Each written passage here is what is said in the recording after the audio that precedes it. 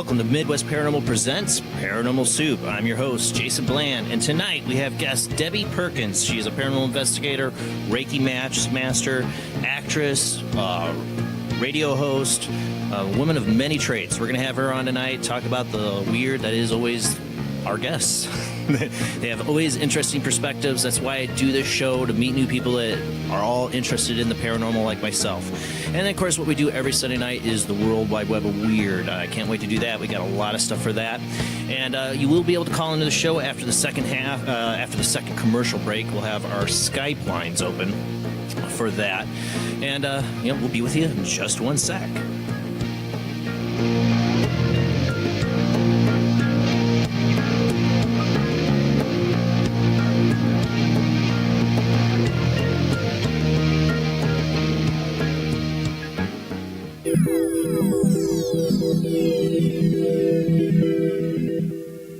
Welcome to another night of Paranormal Soup. I'm your host, Jason Bland.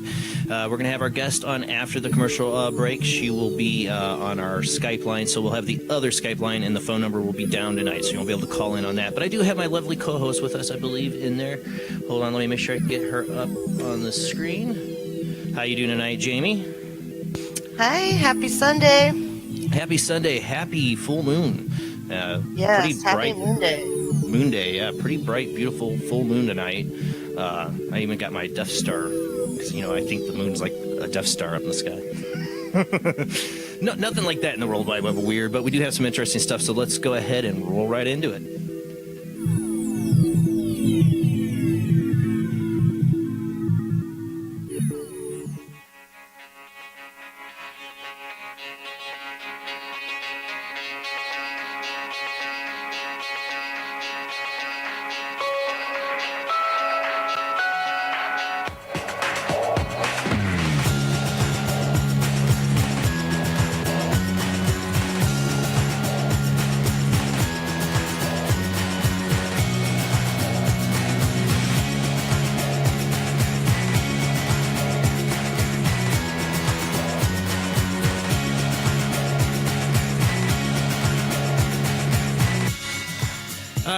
Tonight on the World Wide Web of Weird, we're going to start off with, this one. I just love the title. This is from the New York Post. 300-year-old note found inside butt of Jesus statue. What I said, it was found inside the butt of the Jesus statue. So Jesus smuggled a note in his butt for 300 years.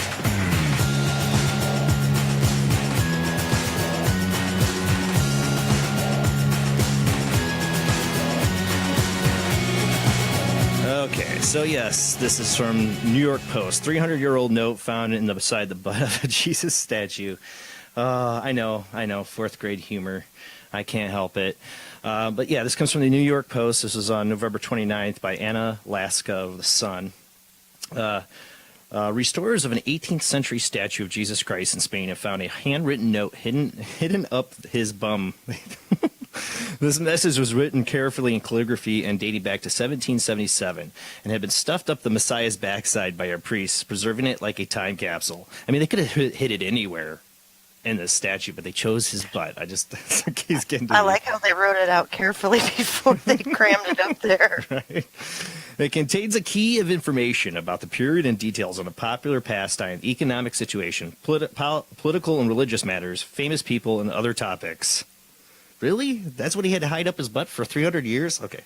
The document is signed by Joaquin Miguez, priest of the Cathedral of Brugo de Asma. Yeah, I totally butchered that at that time. And it was recently unearthed by workers in the restoration company for Da Vinci Restorio.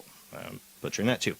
Today, the wooden statue is kept at the Church of the Saint Aguada in the village of Sotillo, or in a village in Spain. We're just going to say that, in northern Spain. The document, carefully handwritten on both sides of 2 pages, was found when restorers removed a piece of fabric used to cover Christ's behind, which exposed a small gap. Like his crack. I don't know. Local historian F.N. Arroyo was overwhelmed by the discovery. It's amazing because it really is unique to find a hidden handwritten documents inside such a statue. As well as naming the statue's sculptor and including the data on the local information ranging from agricultural matters to community fairs, the document highlighted common diseases, popular children's games, and even the names of popular bullfighters of the time. It was really cool. The guy, the priest that did this, he knew this would be a time capsule one day. Somebody was going to go look at Jesus's butt and find the note. That's awesome. And with everything getting changed every 3 minutes nowadays, he wanted to make sure to keep the integrity. Yep. All right, next up, this comes from Unexplained Mysteries. Earthworms can reproduce in Martian soil. Scientists in the Netherlands using a Mars soil simulant obtained from NASA have discovered that earthworms are not only able to live in it, but can even reproduce. The findings indicate that the future settlers on Mars should be able to grow their own crops. The best surprise came at the end of the experiment when we found 2 young worms in the Mars soil simulant, said Uyghur Wamelink of Wageningen University and Research. I probably butchered that too. The positive effect of adding new manure was not unexpected, but we were surprised that it makes the Mars soil simulant outperform Earth's silver sand.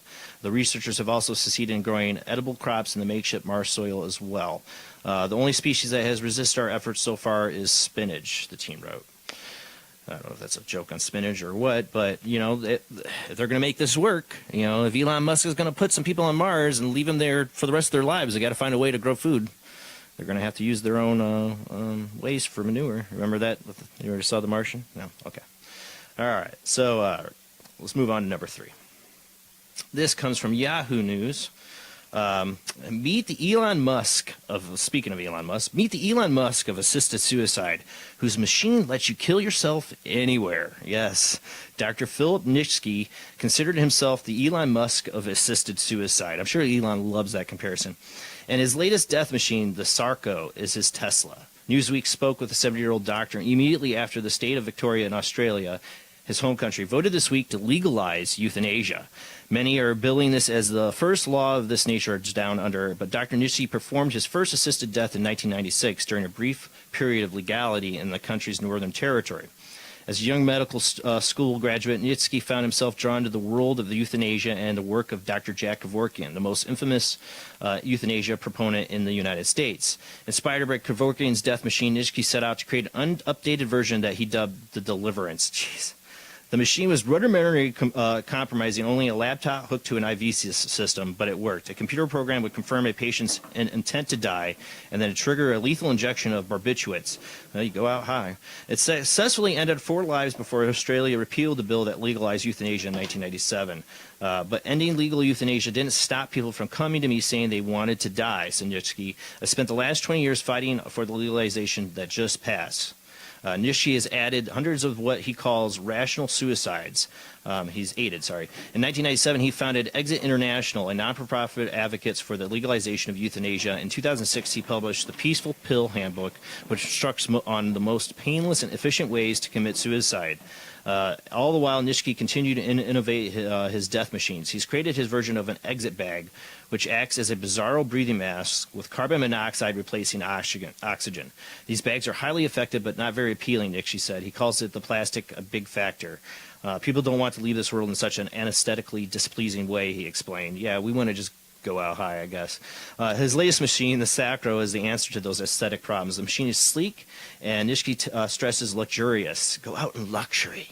The finished product resembles a spaceship. It totally does. Intended to convince its user that he is journeying to a great beyond, he said. It consists of a base containing canisters of liquid nitrogen and a removable capsule compartment which can be repurposed as a casket. The whole operation will be open source and could theoretically be 3D printed anywhere in the world. It is, in short, the Model S of death machines. Jeez. How it works, potential users fill out an online survey that tests mental fitness, and if they pass, they receive an access code that works for 24 hours. Really? After the code is entered, an additional confirmation is given. The Sacro capsule will fill up with liquid nitrogen to bring oxygen levels down to 5%. Within 1 minute, the user passes out, and a few minutes later, death occurs.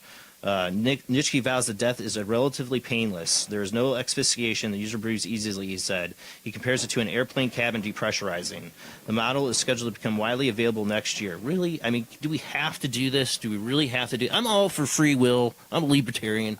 I want people to choose. If you really want to go kill yourself, fine. Go kill yourself. But do we really have to have a death machine? That doesn't give you enough time for a rational thought, because then, do you call that, is that like a little bumper car that comes like an Uber, Yeah. like you call it like a car, and it comes, and do people see through that window while it's happening? Like you just go, I just want to off myself, and you call a car, a little capsule? I was telling you before the show, it reminds me, and I know you haven't seen it, but the Futurama, The first episode of Futurama, Fry meets Bender. If people don't know, that's a cartoon. At a suicide booth, a suicide machine. He didn't know that's what it was. Yeah, I was like, oh, that's funny. You didn't think it would actually happen. We don't need to have these around. This is not something that we need. All right, let's move on. Number 4. This is a picture, Brothers Haunted by Poltergeist, a previous tenant. This article is by Joe Roberts of Metro.co UK. Let's see. A man claims his family is being haunted by the ghost of an old lady after he caught her on camera in his brother's house. When Luke Jackson got up for a cigarette in the middle of the night, he said he could hear footsteps downstairs. The 36-year-old turned on his phone flash and took a picture to see what was there. He was left stunned as he discovered a ghostly figure of an old woman wearing a purple cardigan. Their apparition, which stood at the bottom of the stairs in his brother Tom's house in Sheffield, South Yorkshire. After ruling out any other possible explanations, a dad of 3, Luke, is convinced the woman is the ghost of the house's former tenant who died 18 months ago. If I'm being honest, this thing has completely stumped me. I just don't know what it is, and the only explanation is that it's a ghost. It's almost like photographing Loch Ness Monster in its entirety. It's the photo of a ghost that you never expect. It looks so superimposed to me, though. You see a little old lady. I mean, it's right there. I mean, you see a little old lady. It just, to me, I don't know. I mean, I guess I'm just so skeptical nowadays. But it just looks like a superimposition. I'm not a photo expert. This would be a good one for Todd. It's the tail on it is that the tail or part of the bricks that look more white maybe? Is it like tapering down to a little tail? I don't know what you're seeing tail-wise. I see little old lady in a cardigan, like they say, but like you can going see through up her. like the middle. Yeah. I don't know. I don't know what you see. I see this. I don't know what you're seeing tail-wise. I see like her cardigan and stuff. I see what they're talking about, like a purple cardigan. I mean, that's what it looks so good that it looks superimposed. It just looks fake to me. I don't know. I could be. Maybe it's the real deal. All right. Let's move on. This comes from blackvines.us. I wish we could have saw Jamie's first reaction to this. Oh, it looks scrumptious, doesn't it? Well, this is about they opened the first restaurant, the human meat in the world. Yes. This is one of those messed up nights on the World Wide Web. Weird. But far as the ambition and aberration the Japanese have come to go so far to eat their neighbor. In the city of Tokyo, Japan, the first restaurant in the world that legally offers human meat was inaugurated. A scary restaurant named, okay, I'm going to butcher this, Risato Ado no Shikua Ryan. I totally butchered it. I don't know why I even tried, which means in English, edible brother. Opens its doors to Japan's public and from all over the world, where it offers its customers a varied menu where prices vary from $100 or 100 euros up to 1,000 euros. That is to say, the dish was human flesh. More expensive would be that is to say that the dish was, this is horribly written, with human flesh is more expensive would be about $1,200 US. International news sources have reported that tourists from the country of Argentina was the first man to eat human flesh in the Edible Brothers. The diner, I think the following, it seems like to eat pork in this restaurant. They cook the meat with spices so the taste goes unnoticed. In Japan, since 2014, a law was approved that allows the consumption of human flesh, obviously conserving conditions such as the sedentary level and the origins. However, there's no doubt at least 99% of the world's population would not agree with this grotesque act, so to speak.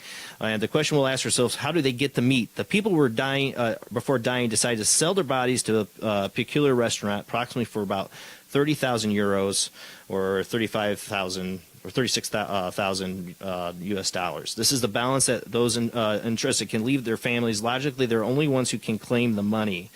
Only people who die young can sign the contract in which they are subject to special diet when the meat is suitable for consumption. I've been looking all over to verify this. Anybody can for me. I want to know, is this true? I read a couple different articles on it, trying to find out if this is just a regular internet sleaze scam. But, I mean, really? Seriously?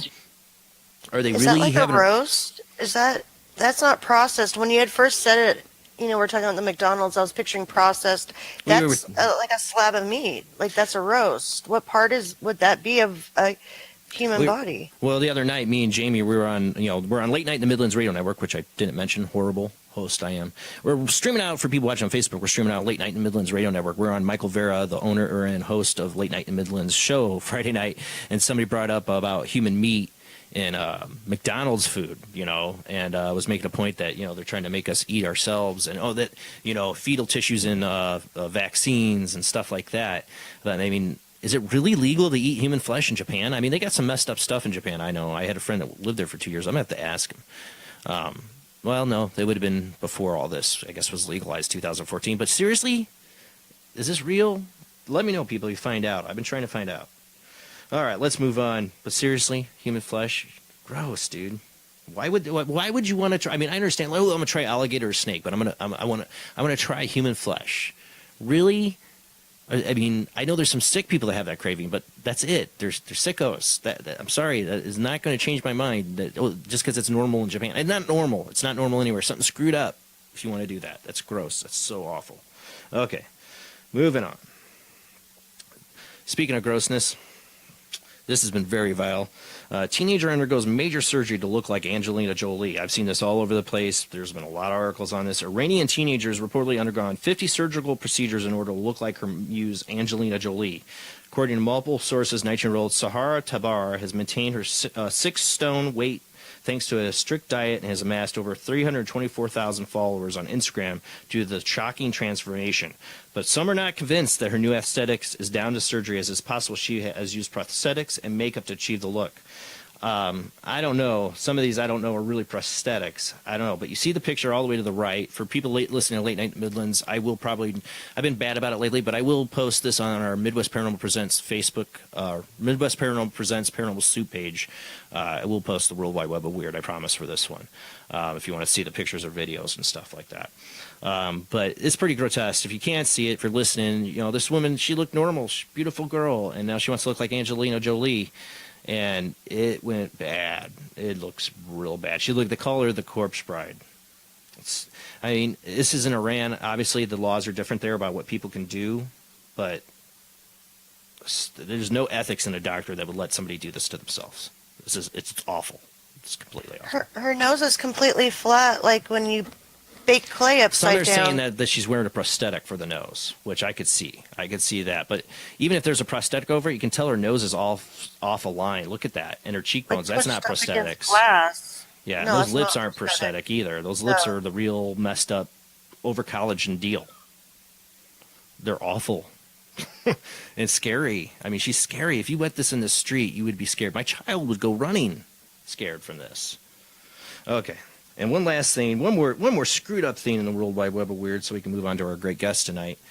And we were talking about this on Michael Vera's show. Is meet the grown man who lives his life as a domesticated dog. Yes, we all have hobbies. While some may be more unusual than others, but many would argue that's still valid. But what if your hobby revolved around dressing up as a man's best friend? This man dresses up as a dog. This girl next to him is his ex-girlfriend. She lets him come over and stay at times a lot, and she treats him as her pet dog, feeds him out of a bowl, all that stuff. Seriously, we are living in such a messed up world. I mean, I'm all cool with, I'm libertarian, man. Do what you want. You want to be a dog, cool. But the fact that there's people that want to be a dog, it just blows my mind. I'm cool. I have friends that are, that are drag queens. I have friends that are, I've known people that, are transvestite. I'm cool. That's cool. But when you start wanting to be a dog, or you believe you're a 6-year-old little girl, or you believe you can, mutilate yourself to look like Angelina Jolie, there's something wrong. We shouldn't just play totally into this. These people. I'm sorry. I think you need help. I'm just saying. I don't know. I mean, I'm not the judge. Who knows? Maybe I'm wrong. Maybe it's all good and everybody can be a unicorn. I don't know, but we should get moving on to our guest. We're running behind. There's a lot in the World Wide Web of Weird, and we have a great guest tonight, so I want to get back to her. So we're going to do our commercial break. If you're watching on Facebook, there's going to be some quiet because we play music on Late Night in the Midlands that you cannot hear there. Only a little bit of music just between commercial breaks. And when we come back, we'll have our guest, Debbie Perkins. We're going to talk about her experiences in the paranormal. And maybe we'll talk about this nice big moon we're living under right now tonight. Man, it's a beautiful moon tonight. So pick this good song for it. All right, guys, be back with you in just a few minutes. Tonight we have guest Debbie Perkins on the show for the first time. She is a paranormal investigator, a Reiki master. She also is a radio host, an actress. She's a lady of a lot of talents. We're going to talk about her experiences in the paranormal. And we will take calls into the show after the second commercial break, guys. We'll have 2 Skype lines open for that. All right, let's get to our guest.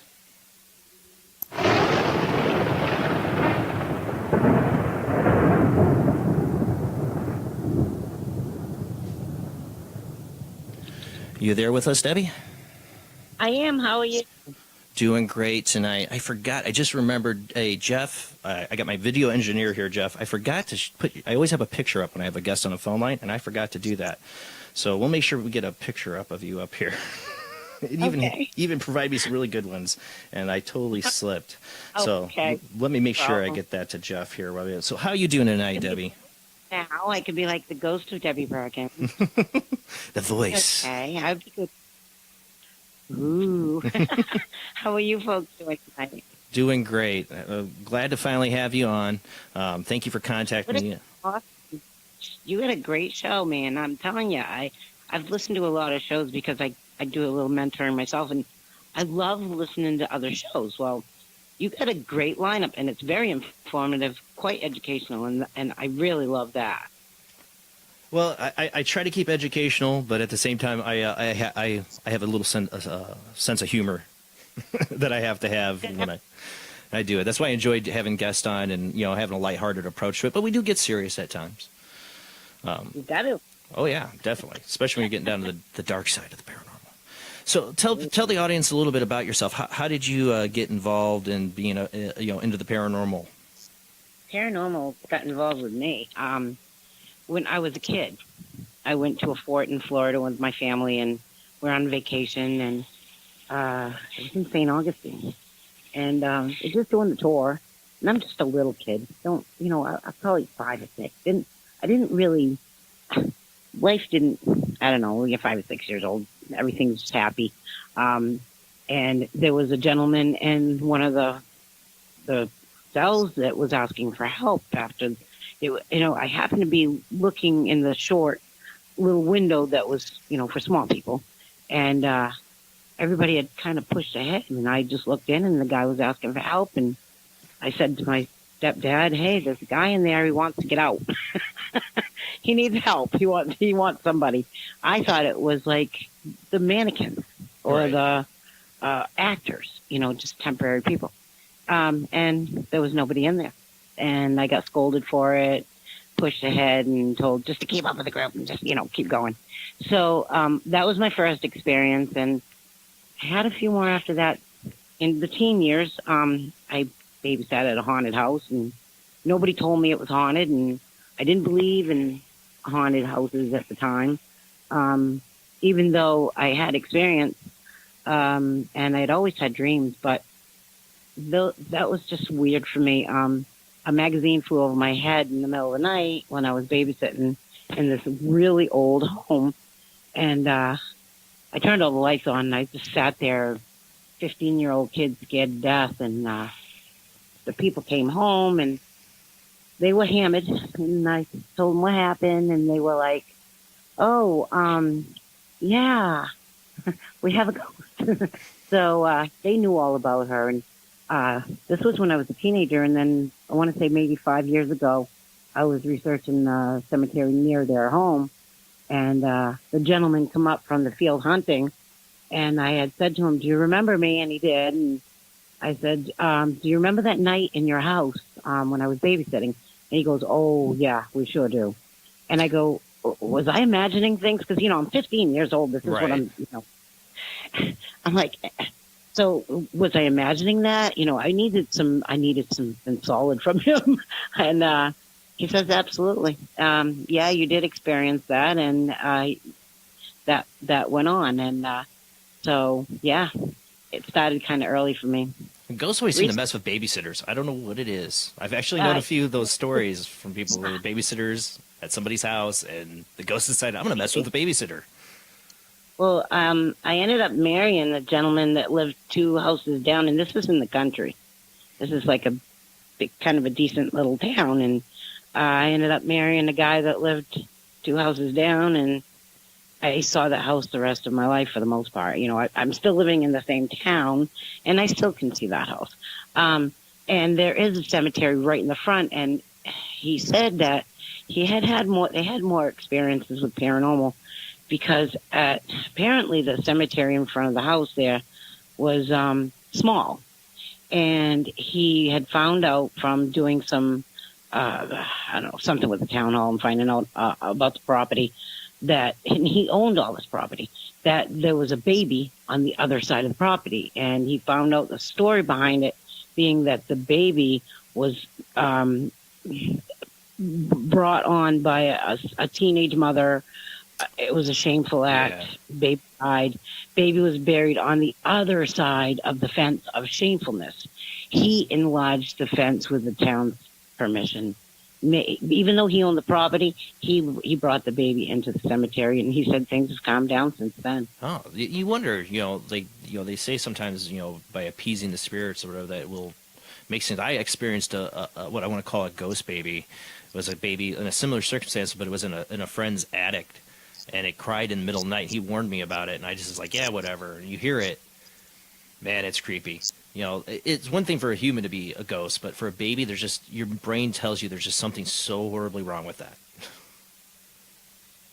I think it's just stuck in a realm. I do believe in the dimensions. I do believe that I guess it kind of ties into believing in time travel and being able to hydroplane yourself to other places and other times, whether it be in dreams or ghosts coming to you in dreams. There's so many different, paranormal is so fantastic. It's got so many different avenues. That's why I named the show Paranormal Soup, because I knew the show would be a soup of so many things, because they all connect in some way, I swear. Oh, absolutely. They do, because we still are trying to understand them.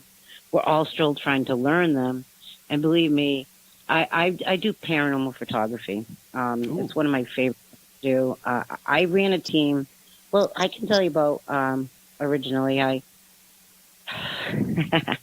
joined a team. I was very interested in 2006. I started doing my own thing in 1999, kind of going around. I lived next to a cemetery, and I kind of put toys down, and I did a little photography there, and I had an old recorder.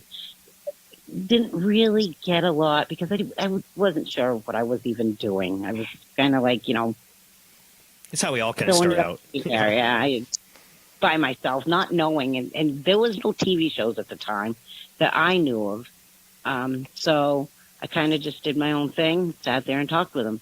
Well, I know it sounds weird and outrageous. A lot of people don't just sit in cemeteries, but I love stones, and I used to love. I felt like, there's all these children in there, and it was a small cemetery that I was living near.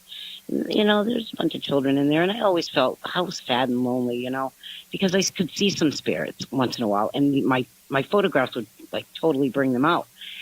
I didn't understand. You would see them with your own. I'm sorry to interrupt you, but you would see them with your own eyes, and then get a picture. You know what I can do? I know this sounds weird. Not on this show. You're fine. Third eye vision. I can third eye vision them, and then I can take pictures of them. Wow.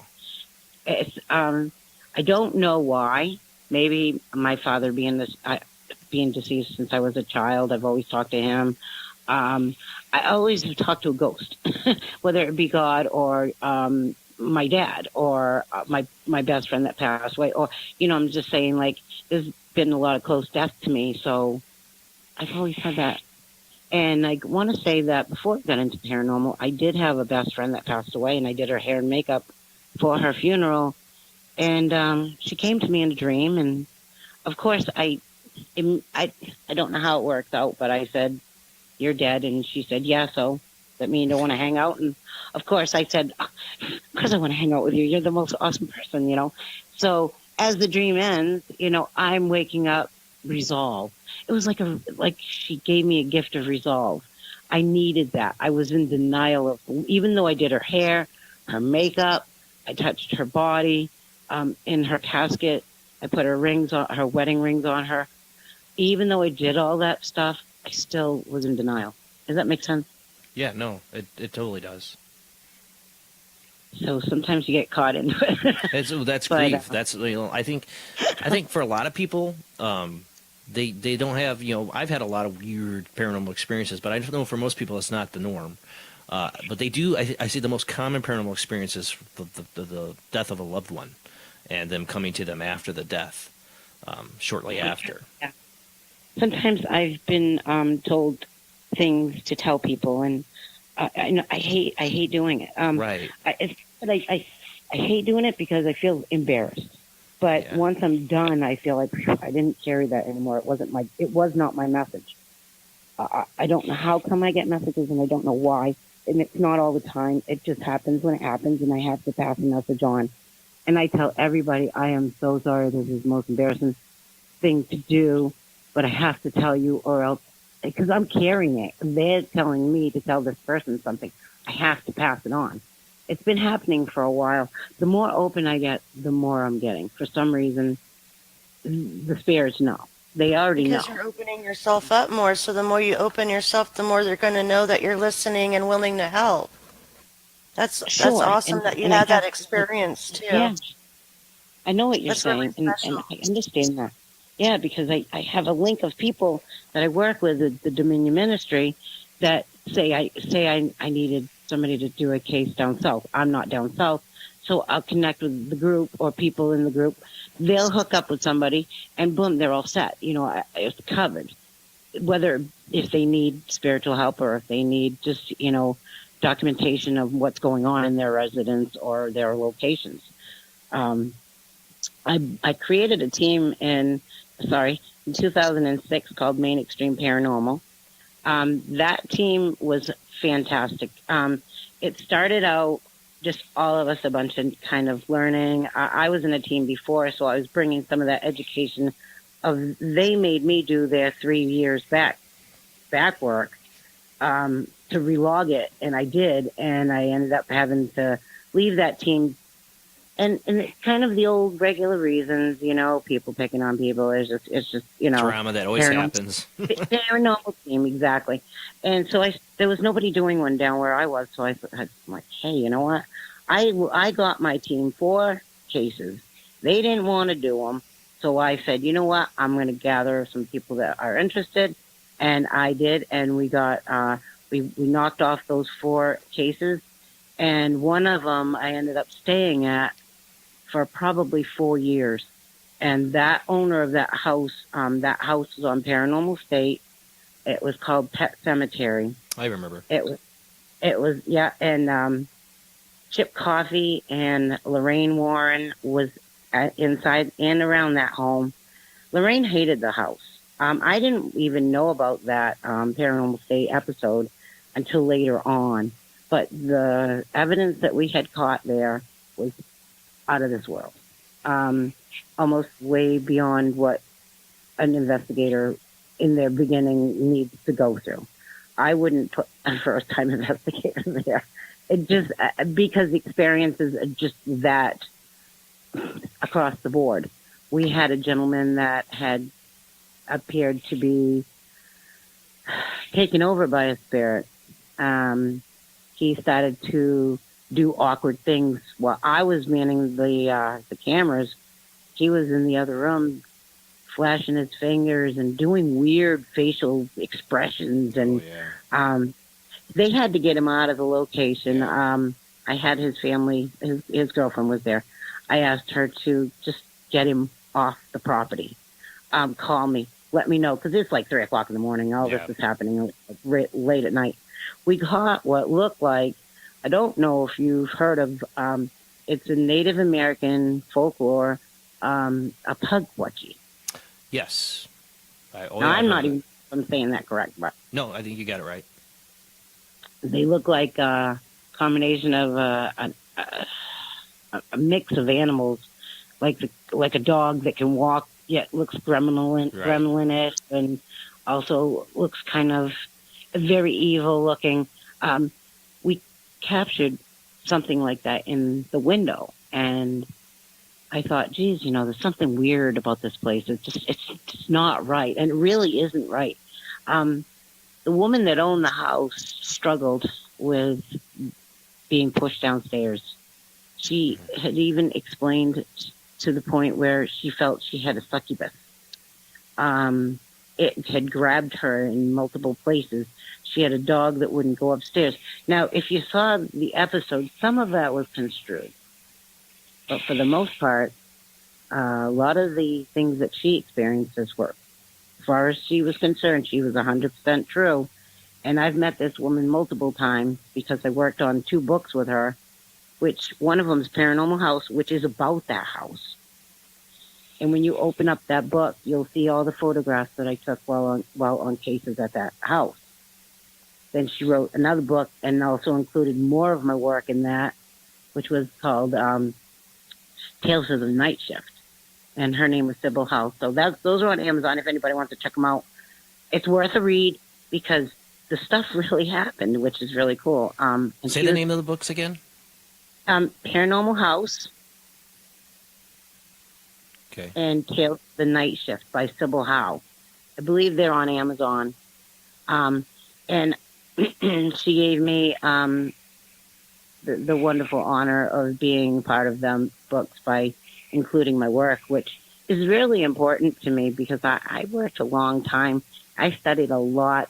I foolishly went to a lot of TAPS conventions. They had a lot of it. I went and met everybody.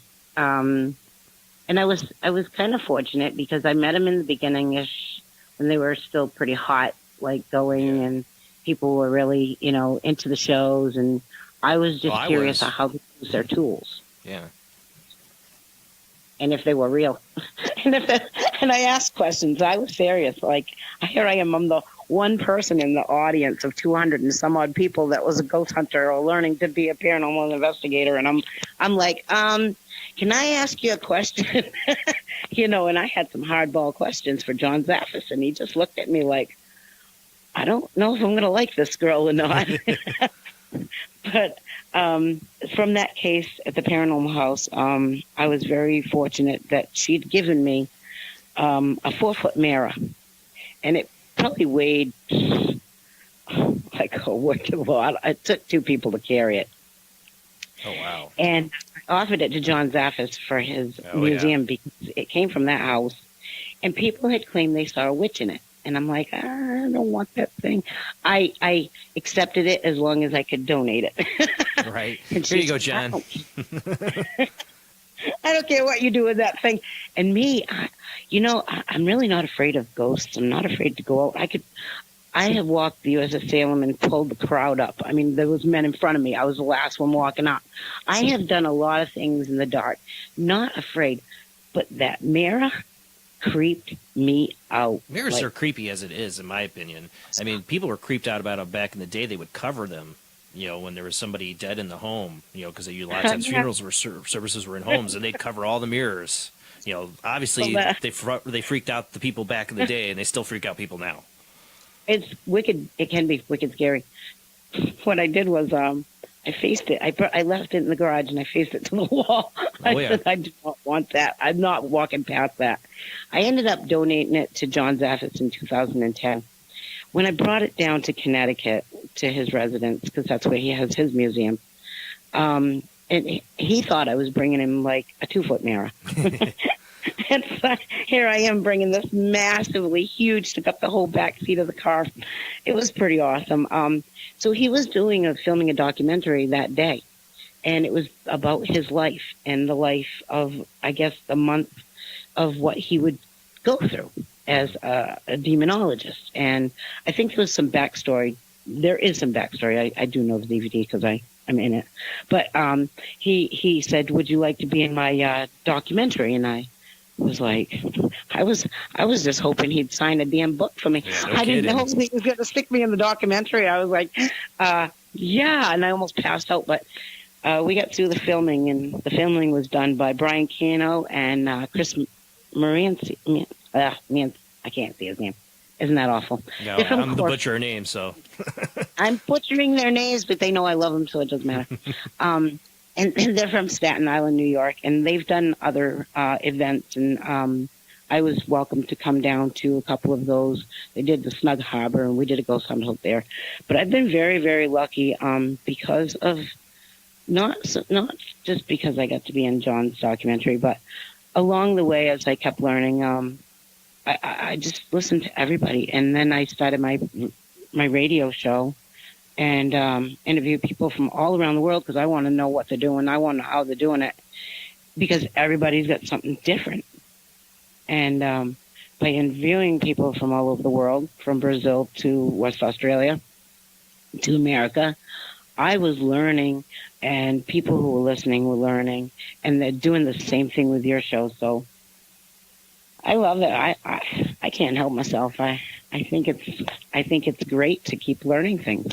Yeah, and we're talking about the the paranormal field is there's so many questions and so little answers. There's so much wonder. I mean, I just to me it's just I don't never understand why people aren't more into it. I guess the geek in me just doesn't get it. Like, does anybody else find this pretty interesting? I do. I think it's fear of death itself. Some people truly believe that once you die, it's over. There's nothing left. That's it. Some people believe that you can kind of linger on. Now, after talking to some Native American shamans, and I've worked with them, when they bury, I asked, how do you bury your dead? How is your funeral? How do your funerals go? What is it like to be at a Native American funeral?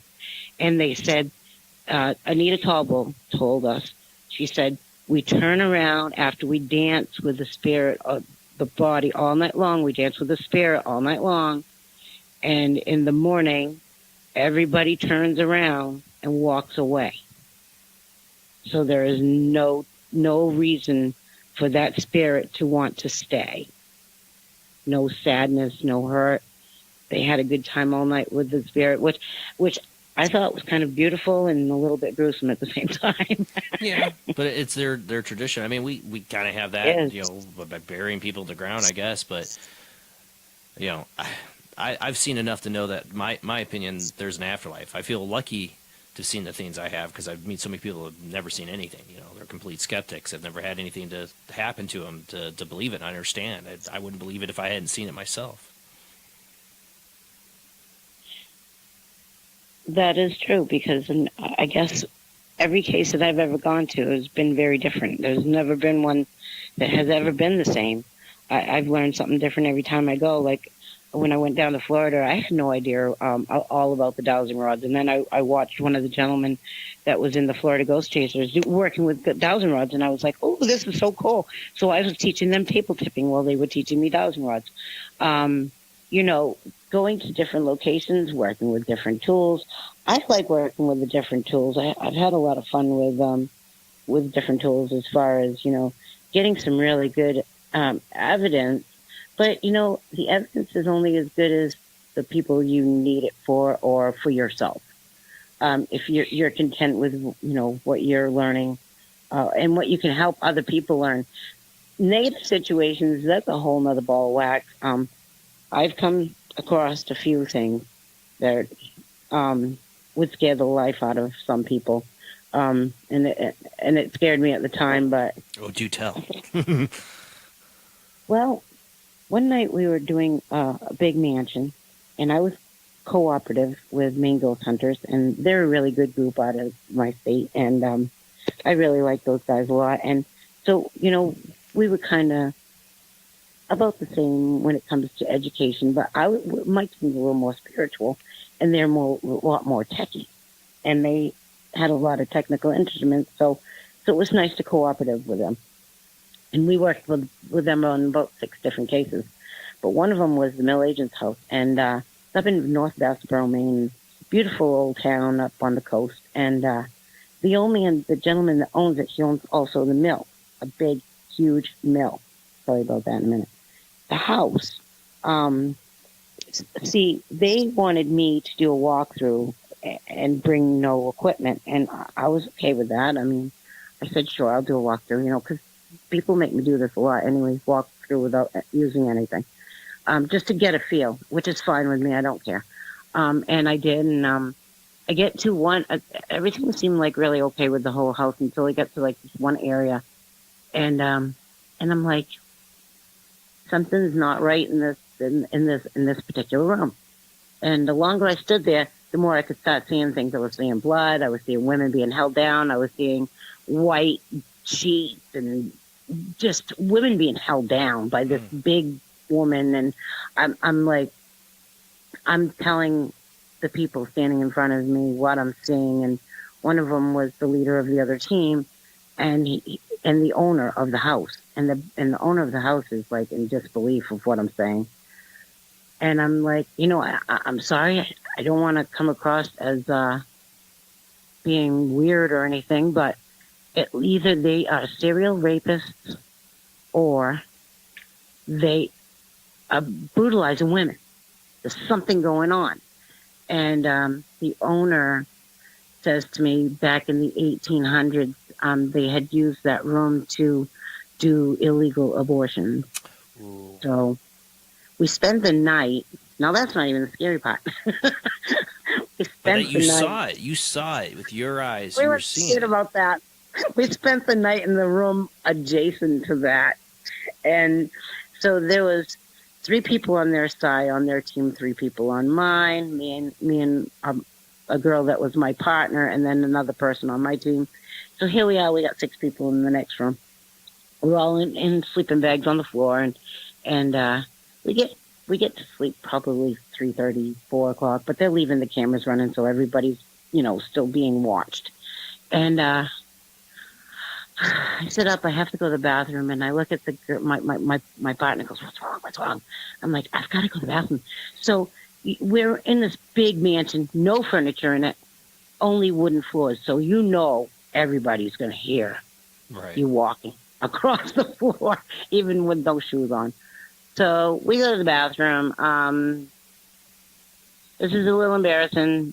I started my menstruation, which I shouldn't have. Now, that only clued in because of the situation with the abortions. I should not have had that period. I should not have. I've actually had that with investigators. Isn't that weird? That can happen. So we're walking back, and we have to come down the skinny little hall to get to, and we're right in front of the room where I had that experience.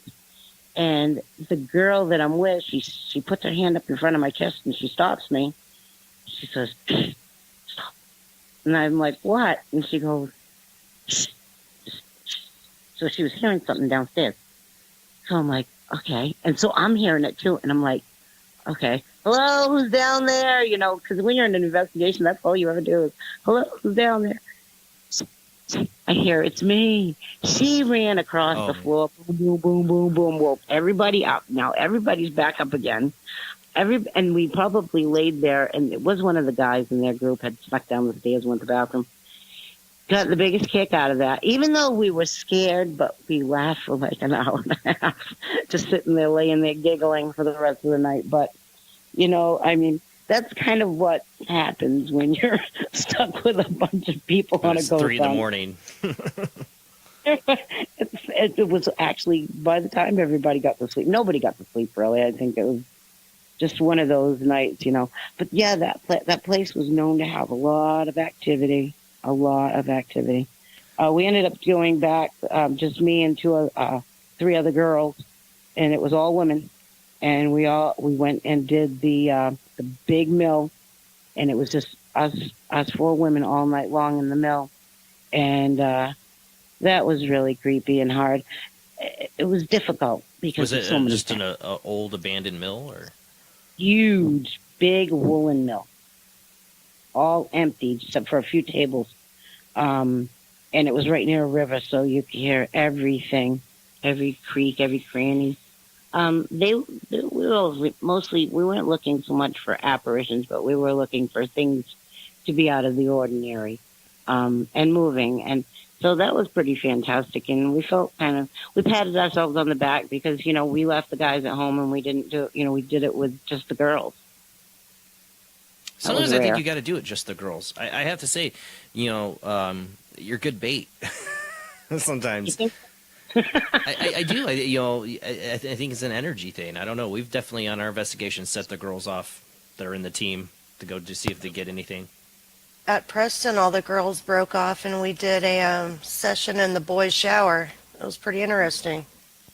Oh, I bet. I want to hear about that.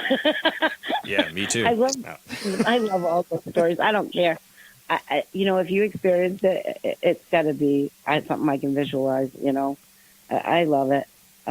Yeah, I've been very lucky. I actually helped out with quite a few events that raised funds. One of them we did for the Boston Hospital, the Children's Ward at Christmas time. We've raised money for historical locations. I did like a haunted house at the Victorian Mansion in Massachusetts, and it was just a walkthrough where people paid $5 and they walked through a 3-story, 4-story haunted house, and while they walked through, and this house is always used for investigations too, and it's got a big history. But that night they pulled in over 500 people walked through that house that night. Is it like a haunted setup or just walking through a haunted house, like a tour? It was like a haunted house. It was all set up like a haunted house where, people come in the door and they paid. And we had about 15, maybe 17 actors that volunteered. And also costumes were volunteered from the local museum. Now, so we had going on. It was pretty amazing. We were just talking about this the other day on the show, though, about a haunted house. Like, do you think when you had all those people come through and being scared like that and amping up the fear, did you have any, like, paranormal activity happen after it was all done? I think people placeboed it. Although the paranormal activity, when you investigate that place, it's very different, and it's different in different locations. Sometimes you'll get hits where you don't expect it, and especially at that location. But my best experience at that location was in the basement and in the master bedroom. But I'm talking, this is 3 floors. This is a place where famous people stopped and stayed. The H.P. Barnum, the circus group. Yeah, they stayed there. P.T. Barnum. Some very famous people were able to stay there, and in that location, I guess, during different times, it was well known. But gosh, that still goes back to right back in the beginning. So it's been I haven't been there for years, and it's under new ownership. But I do believe they still welcome the paranormal into their location. Well, I was just saying though, so I wondered in those locations that are haunted, but they throw, because there's a place called Crown Point Jail, used to be John Dillinger escaped from. They do a haunted house once a year, and I haven't got to do it yet, but I always wonder after those haunted houses with all those people getting scared by actors and stuff, but that feeds the energy. So after the actors leave, after the people leave, investigators go in, investigate, and see does that activity suddenly pick up after that night. Oh, jeez. You told me that now. I should have just... I want to do it. I haven't done it yet. I want to do it at the Crown Point Jail. Like, we keep talking about it with the people that run it. No, I understand what you're saying, and I do believe that after you have been... even if you've been to a location a few times, you start seeing that the energy picks up to you.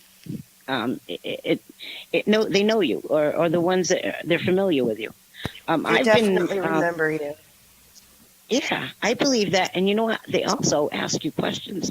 They'll be asking you questions just as much as you'd be asking them.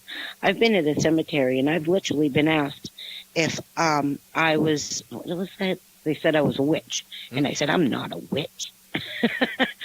I'm not a witch. I go, I'm a Christian. And I have nothing against anybody. I don't care what your religion is. I welcome everybody, because when it comes to the world of the paranormal, we all need each other. We all need to help each other.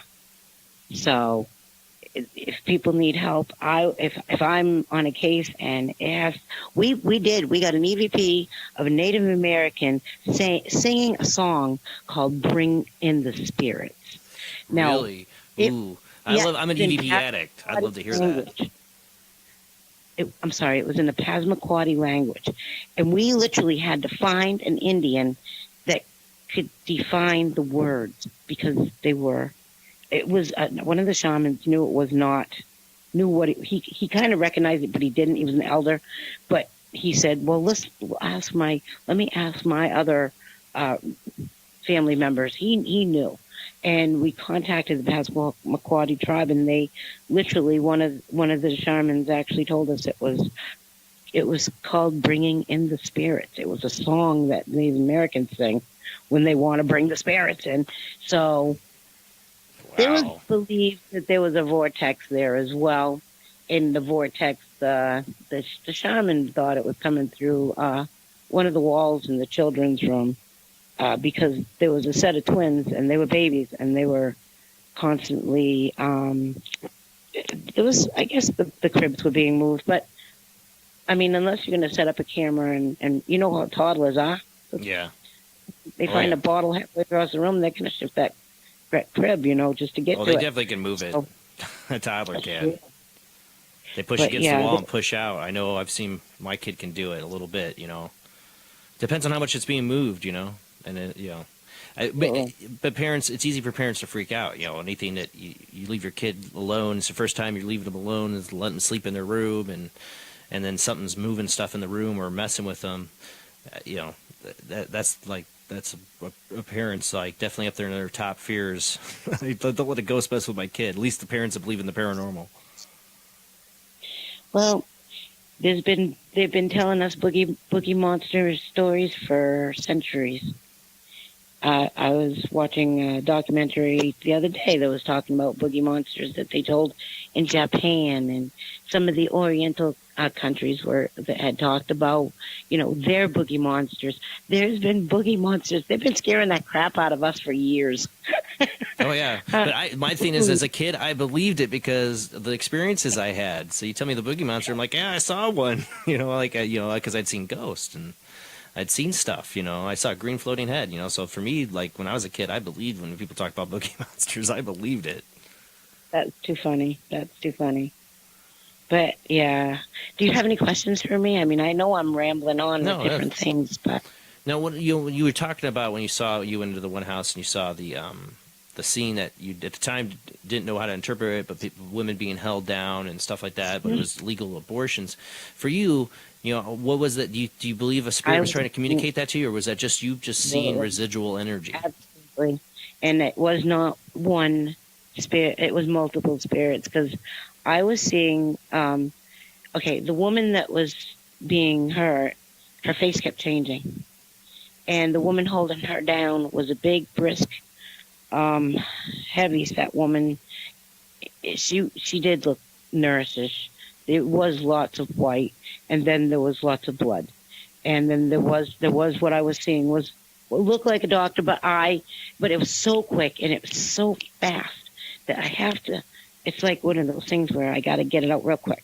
And when I was telling it as I was seeing it, and the owner almost jaw hit the floor. He just could not believe that they thought I had read stories about the location, and I told him I didn't even know where I was going because when I got to an hour north of here to meet up with the other group to go another hour north inland, I mean out to the coast, I didn't know what I was in for. I just was following those guys to a case. I've had to do this before. When I went to Maryland, I was filming in Paranormal Experience.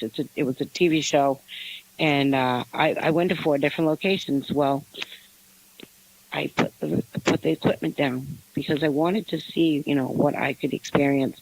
These were locations that were so defined, and they'd never been investigated before. Oh, And that's I always the went best. from it was a town called Poolsville.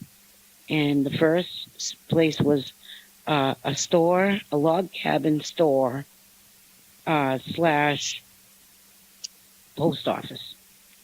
And the second location was a cobbler store in that particular section of the area where we went there.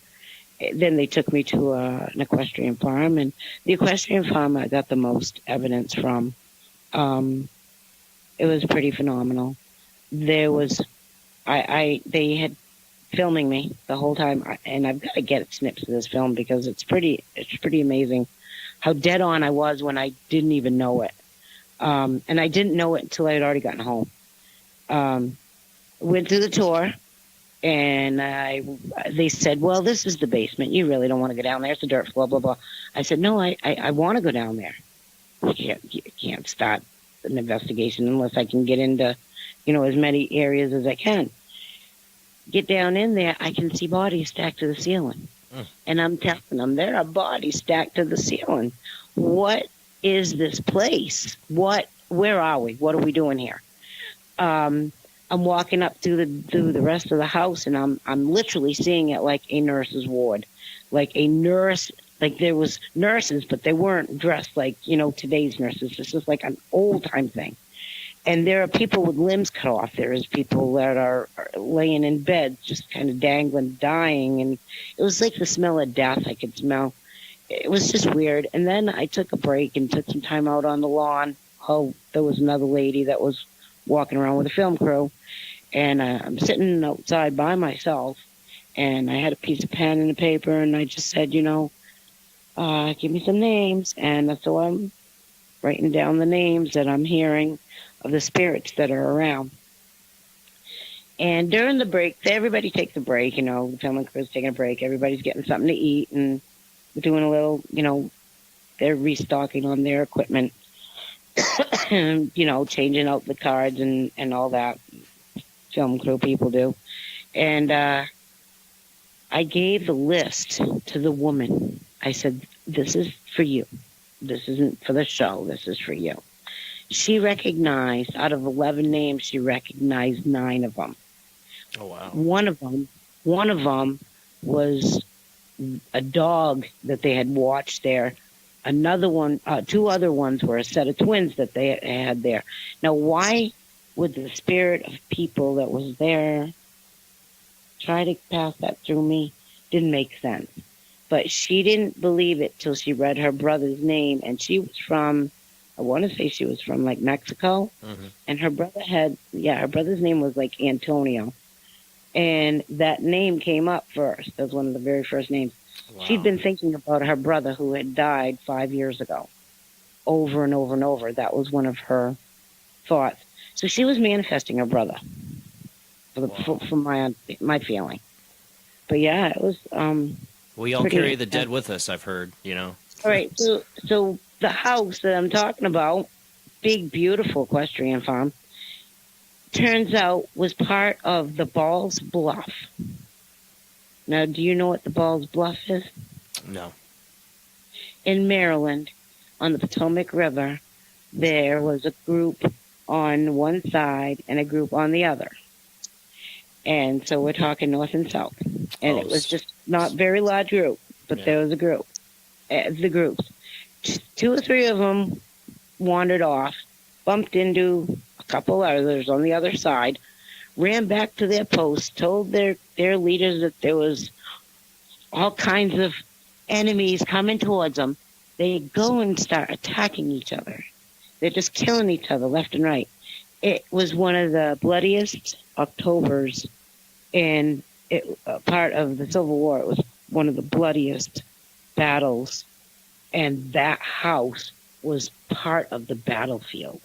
I think I've seen that in a show. I think it sounds familiar. That was used as a makeshift hospital. Oh, yeah. So the owner of that, she stayed in touch with me. She's been still in touch with me. And the owner of the Cobbler's House. The Cobbler's House, we experienced a Native American that had sliced a woman's throat open. The teenage boy was visualizing it. And at one point in the evening, I started to choke, and one side of my face froze up, and tears were falling down one side.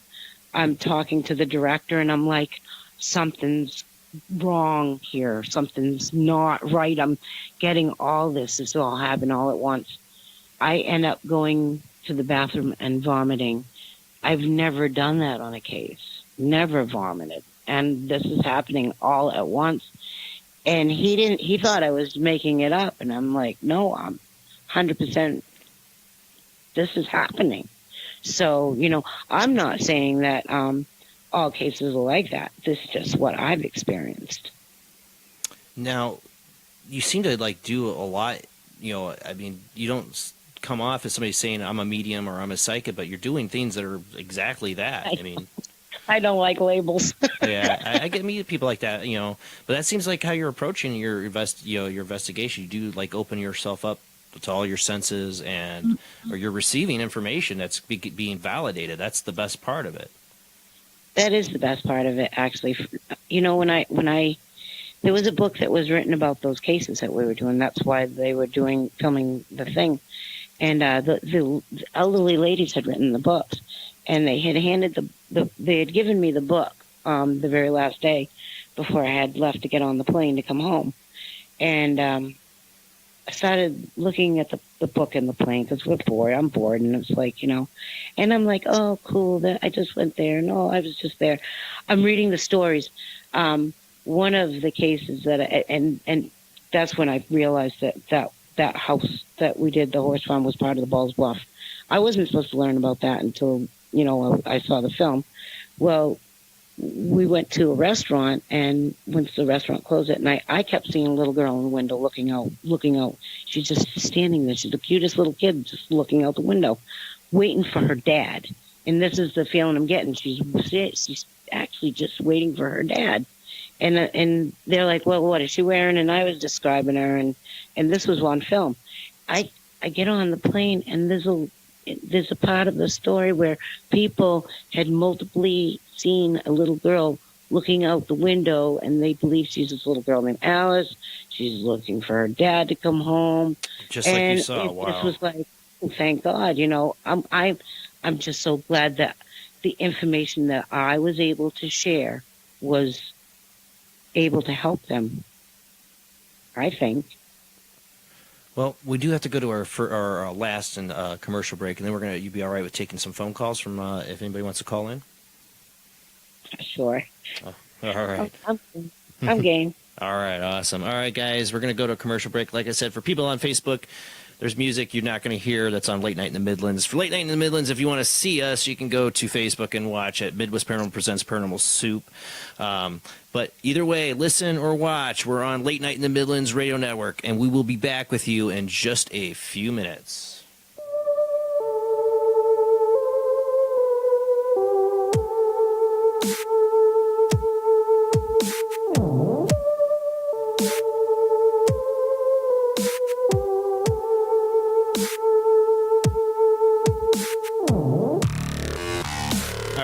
Tonight on Paranormal Soup, under the big moon under the sky tonight. I'm loving this moon, by the way. We have our guest, Debbie Perkins. She's a paranormal investigator. In my opinion, she seems to be much more like a psychic medium. I mean, she's telling some incredible stories tonight of things she's experiencing at these haunted locations. I don't think a normal person wouldn't see when they'd go there. I've had these experiences too, like she's had, but not to this extreme. It's pretty awesome. It's like you get, I love hearing people that are able to see and have that extra sense, their experiences. They get to glimpse into a world most people don't get to see, the other side. And so much history involved in that too, and getting that kind of validation. I love those kind of stories, so it's really cool to have her. Now, if you want to call in the show and talk to Deb yourself, if you have questions, relating to the paranormal or about what she does, you can call in. There's two ways tonight you can do that. Both of them are Skype, so you'll have to have Skype tonight to call in. There's a Skype ID 00JBland00. That's audio only. And then there's a video Skype line where the audience can see you. That's Soup Live Chat 800 Live Chat. So you can call in either one of those Skype lines, talk to our guests, ask your questions. All right, speaking of that, let's get back to Debbie.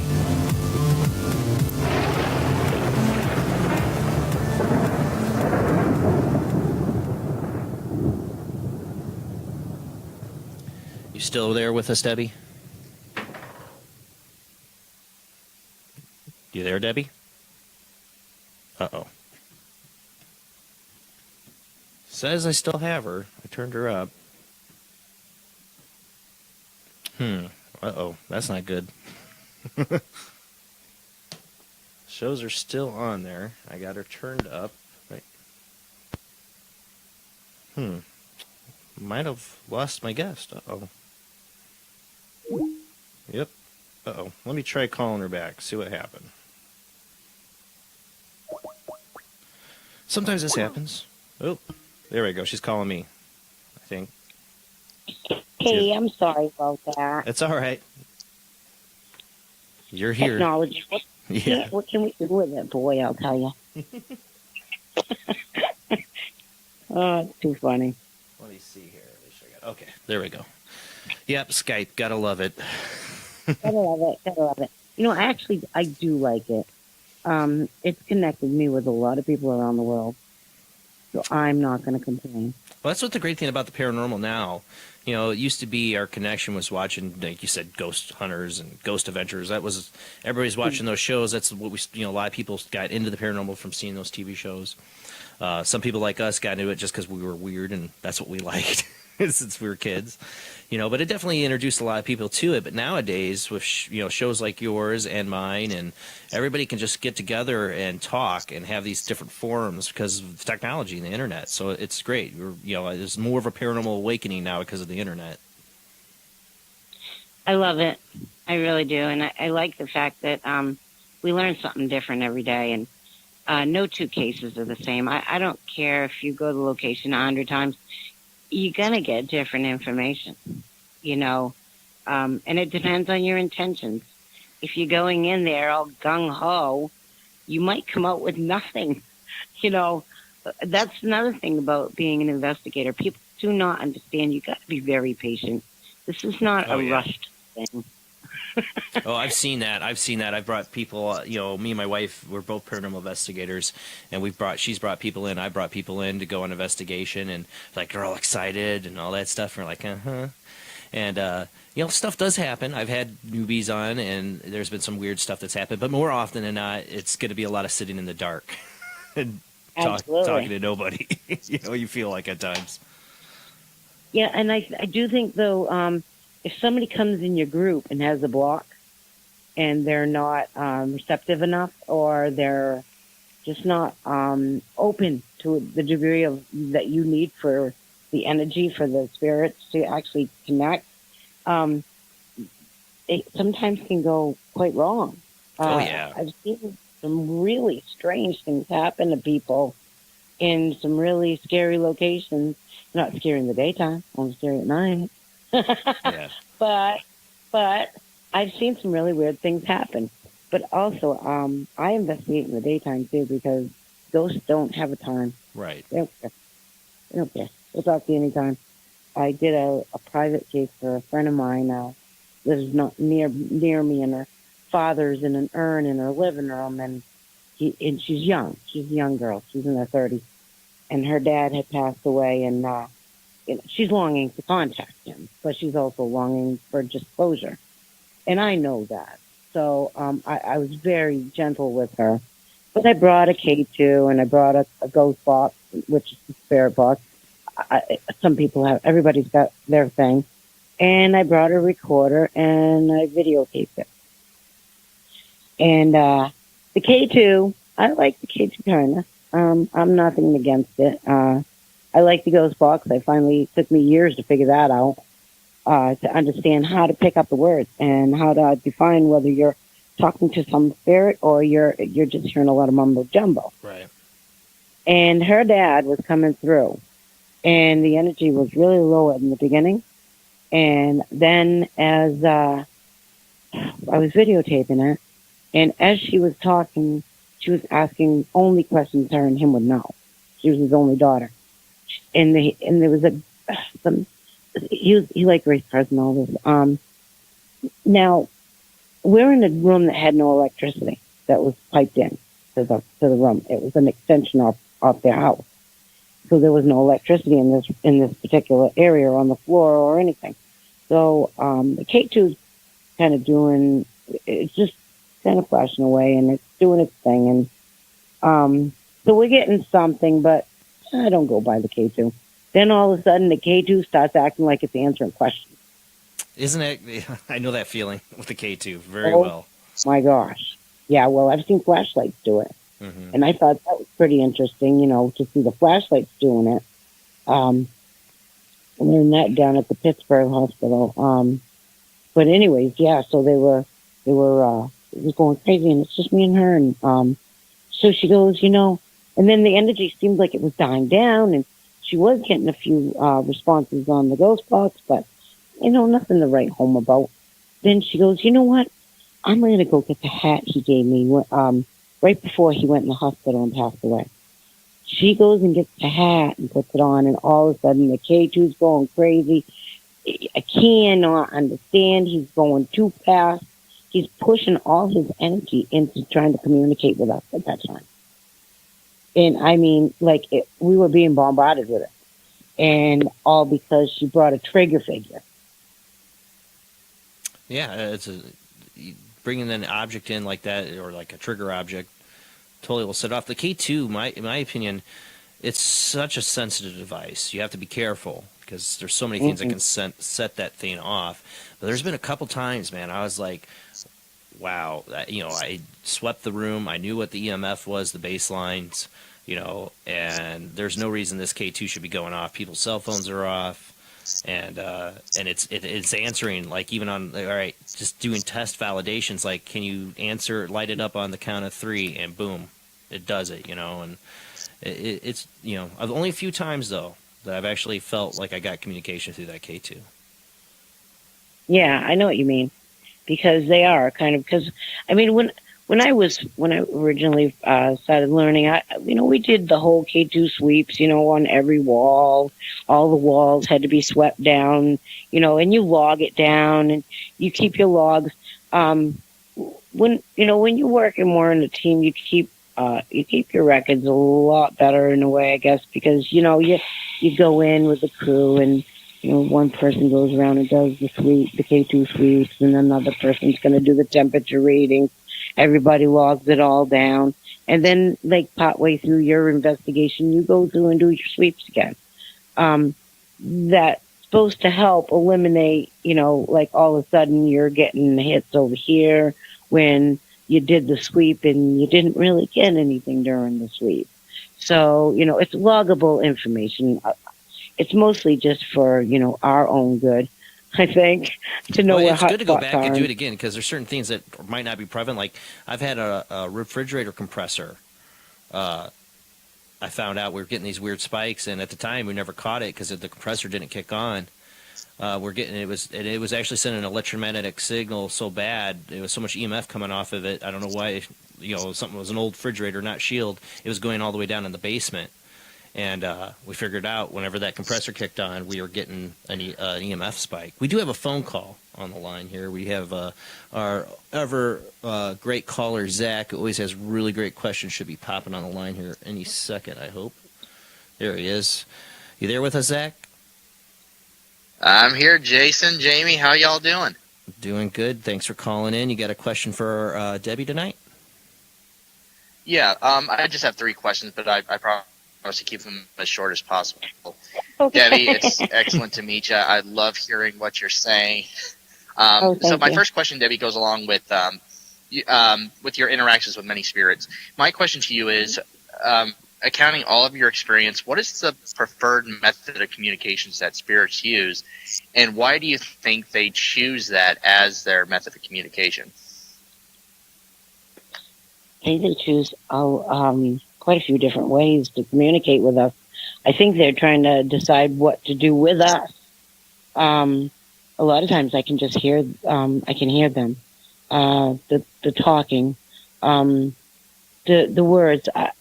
I mostly have to write it down so that I'm getting it. But I think everybody's different, but we all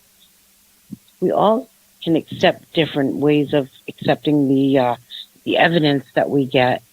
I think we're all just different, because I taught some teenagers in 2010, and some of these kids were gifted, and their parents brought them, and their parents sat in on all our meetings and came to all our investigations. And I only did it for the one summer. And I'll tell you something, everybody had a different way of accepting these are teenage kids now. Nobody was under 12 years old, but each kid came with their parents. And, well, parents liked it just as much as the kids, but the kids all had their own special gifts. Like one young girl was writing books, and she would record herself, and she'd catch spirits talking to her while she was swinging on her swing set, talking to her recorder, trying to make an audio book for herself to write, to print out later. That makes sense to you? Yeah. I'm just saying that everybody has a different way, I believe. Okay, cool. And then I loved hearing what you were saying about the visions in particular. My question to you is, for the visions that you experienced, like the one we talked about, where there was you were witnessing a location where they held illegal abortions at the time. Do you find that it is, in those experiences, are those strictly flashbacks, or have you found that the entities in the flashback, that it's an intelligent event, like they acknowledge you're there, you're able to interact with your environment? Is it strictly the first? Is it strictly the former, or have you come across cases where you were involved in a latter circumstance? I am only a witness. It's like I'm not there. I'm seeing it like through a window. I am not interacting. That I do know. I'm only seeing it like I'm not even. I think it's like being another person in the room. I'm seeing it through their eyes, but I'm not able to interject. I can't do anything. I can only visualize it and see it and tell people what I'm experiencing, but I'm not physically moving, or I'm not doing anything. Does that make sense? Like, it's like dreaming. It's like I'm in a dream and all this is happening around me, but like in dreams you feel like you're doing something. Well, I'm not doing anything. It's like looking through a window.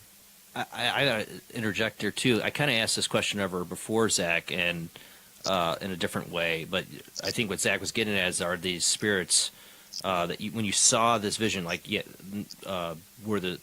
what you saw, was that actually spirits or was it residual? Like I kind of asked you that before. You said they were spirits. They were definitely spirits there, intelligent. Okay, for that, I believe that is residual. I believe okay, that's what I was. That's residual. Okay, that's what I thought before. I thought you were saying they were intelligent. I'm like, well, it sounds more residual to me. Yeah, I believe what I was seeing. Gotcha. Of course, my brain was telling me it was something else. I thought I didn't know that this house was used for that. But I did know that females were being attacked and they were being held down, and there was a couple doing it. So to me, that was what I was thinking. It was something that it wasn't. I was thinking it was something else. Wrong, yeah. And I'm kind of grateful that it wasn't a house of that kind of horror. I think that would be just another step above. Yeah. It'd be like a murder house, but yeah. There was a lot of death in that at that location, and that house was actually one of the first places that they had put racehorses, thoroughbreds up in the area. So it has a very rich history. If you're ever in North Bassboro, Maine, check it out. If anybody likes to investigate, the gentleman that owns it, his name's Ray. He loves to have people come in, and when you do an investigation of his location, and it's a big place, so you'll be there for a while. He likes people to sign his book. He has like a diary of all the investigators that's ever stepped foot into his home and did a case. Okay, cool. And then, Debbie, you said that you were a witness to many of these events here, but did you find that any of the other 5 senses that you have were maybe involved? Like, could you smell, maybe smoke as an example, or could you, like, feel, like, maybe pain, like there's some kind of empathetic, I'm trying to find the word for it. Have you also encountered, like, were you able to use any of your other senses when you were seeing these visions? Because you saw the sight, but were you also able to use, like, smell, taste, touch, or was it just strictly sight? I know what you're saying. Am I using? Is any of my other senses being able to pick this up? The only thing I can think of that is feeling anything is possibly if a spirit goes through my body. if a spirit goes through my body, which I've had what felt like something going through my hand, my wrist, and my stomach. Two different type of locations, two different times. I feel that usually, well, during that time I didn't see anything, either one of those times, but I felt it, and I felt it really seriously to the point where it made me ill. Like somebody grabbed my arm one time, and it felt like a child spirit grabbed my arm, but it felt like it just squeezed it, and then it was gone. And I remember talking about that, and I remember when it went through my stomach, it like literally, it felt like somebody had going over a bump going 60 miles an hour. So no, I do not believe any sense of smell. I don't believe that any sense of touch other than if something touches me. I can feel it, like if they're touching my hair or if they, if they actually like grab my hand like that time or go through my stomach. But other than that, I believe I'm just looking through a window. It sounds like you're visual and audio. But I'm not there. Like, I'm seeing it, but I'm not there. It's kind of like watching television. It's weird. May I ask, what does weird. it feel like when it goes... I'm sorry. No, honey, go ahead. What does it feel like when they go through your stomach? Like you're going over, like you're in a vehicle, and you're going over a speed bump really fast. Oh, wow. You've been over, the elevator high you get. Yeah. Oh yeah. When you're coming down an elevator going up, that, or when you go in levitation of up a mountain and your stomach does a little twist, just like that. Oh wow. Not cool at all. No. Probably one of the worst feelings I've had. The wrist didn't bother me. That did not bother me at all. I felt it. I acknowledged it. We was on camera at the time. Thank God for cameras, because that's my biggest thing. Is, are we on camera?